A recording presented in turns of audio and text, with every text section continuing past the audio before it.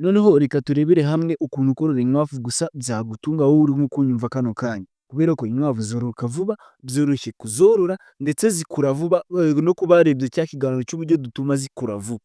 Noneho tudatinze reka turebere hamwe ubwo buryo uko ari butanu inkwavu zagutunga. Ku mwanya wa mbere, kuzigurisha zagwiriye. Aha ngaha kuzorora zigakura zikagera aho zigera, nawe bizagera igihe bitewe n'ubushobozi bwawe bukeya bwaho bugarukiye, adeni utangiye kuzigurisha nawe ugira uburyo zagutunga. Urumva icyo ni ikintu cya mbere cyumvikana neza ko inkwavu zagutunga, ari nabwo buryo bwinshi ari n'uburyo abantu benshi bakoresha kugira ngo inkwavu zitange umusaruro, kugira ngo zibatunge usanga nyine bazigurisha.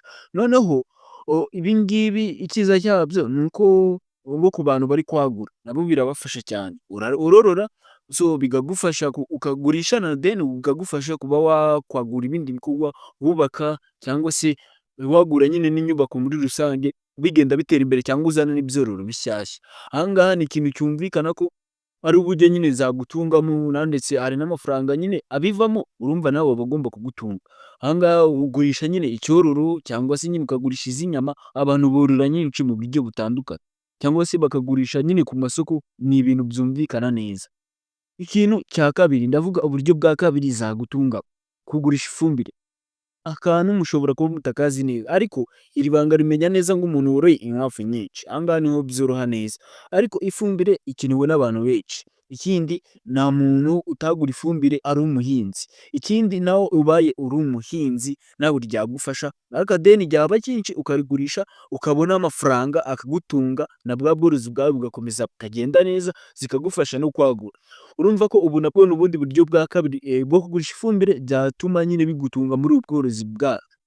Noneho ku mwanya wa gatatu, nabyo bishobora kugutungura, ariko ni kuri amaganga, aya makari nyine y'inkwavu. Urabizi abantu twororera hejuru, haba uburyo dushyiramo akabati mu nyubako kugira ngo amaganga aravamo so aze kumireka ibyo bintu. Nabyo nzabibereka uko twakubaka ibiraro bimeze uko, ariko bifasha nyine kuba aya maganga yakikusanya akajya mu kintu kimwe. Adeni hari buriya amaganga nayo akora nk'umuti wica udukoko, nk'abantu bahinga ibigori, ibishyimbo, adeni nyine byazanya so bya bihingwa nyine byibasira n'utunyamaswa cya ibyonnyi. Buriya amaganga ni ifumbire nziza, ni umuti mwiza cyane w'ibihingwa kugira ngo zirukane utwo dusimba, ugenda ukanyanyagizaho. So abazi neza nyine akamaro kayo baragagura cyane, mbese amaganga aragugwa cyane. Urumva ko bigahuriza kuba zatanga amafaranga zikagutunga, nawe ukikenura ugagura n'utundi twibanze, cyangwa se n'ubworozi bwawe bukarushaho kugenda neza. Ku mwanya wa kane, nawe ubwawe ugomba kwiyitaho nyine urya agakwavu. Ubundi ku bantu bateye imbere muri ubworozi bw'inkwavu, usanga arega ngo ku cyumweru, nko mu cyumweru yajyamo n'agakwavu kabiri.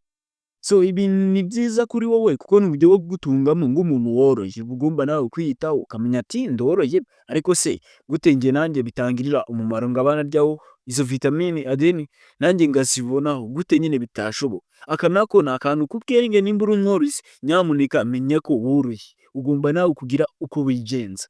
Aka ni akantu k'ubwenge nyine mbanzanyemo kugira ngo wumve ko nyine ubwa bworozi bwacu bufite akamaro, nawe ugomba kubukunda, ukavuga ni se aha ngaha nanjye zandengera, cyangwa se zatuma mbona izi ntungamubiri, kuko ni inyama nziza iziza muri kategori ya mbere z'inyama z'umweru zo n'amafi n'inkoko. Urumva ni inyama zimwe kandi ziba ari nziza cyane no ku mubiri. Ku mwanya wa gatanu, uburyo inkwavu zagutungamo, gusura ifamu yawe. Aha ngaha ariko bikora ku bantu bateye imbere cyane, niho byoroha. Ugasanga nk'umuntu atanga amahugurwa cyangwa se gusura nyine hakaba hari amafaranga abica. Gutya waza nko gufata amasomo, cyangwa se waza gusura umuntu akagutambagiza muri famu ye, so akubwira amakuru amwe n'amwe, akwereka inkwavu ukuntu bazitandukanya ubwoko bwazo. Ibi nabyo barabyishyurira ku bantu bakoze umwuga neza bakawugeza hejuru, nabo bazi aya makuru wayamasa, adeni nawe bikakubyarira umusaruro kuba nyine uboroye izi nkwavu. Ndizera neza ko ubu buryo uko ari butanu utaburamo na bumwe bwagutunga, cyangwa se hari n'ababukoresha, bwose birashoboka cyane. Ugasanga ubu bworozi bwawe n'ubundi burubyaye umusaruro, kuko nemera neza ko ariko wakora gusa bukagutunga ukurikije n'ukuntu biba bimeze. So ahasigaye nahawe ni ukuzibyaza umusaruro, anyway tukagira aho tuva tukagira n'aho twikura. Reka tuzasubire mu bindi biganiro by'ubutaha.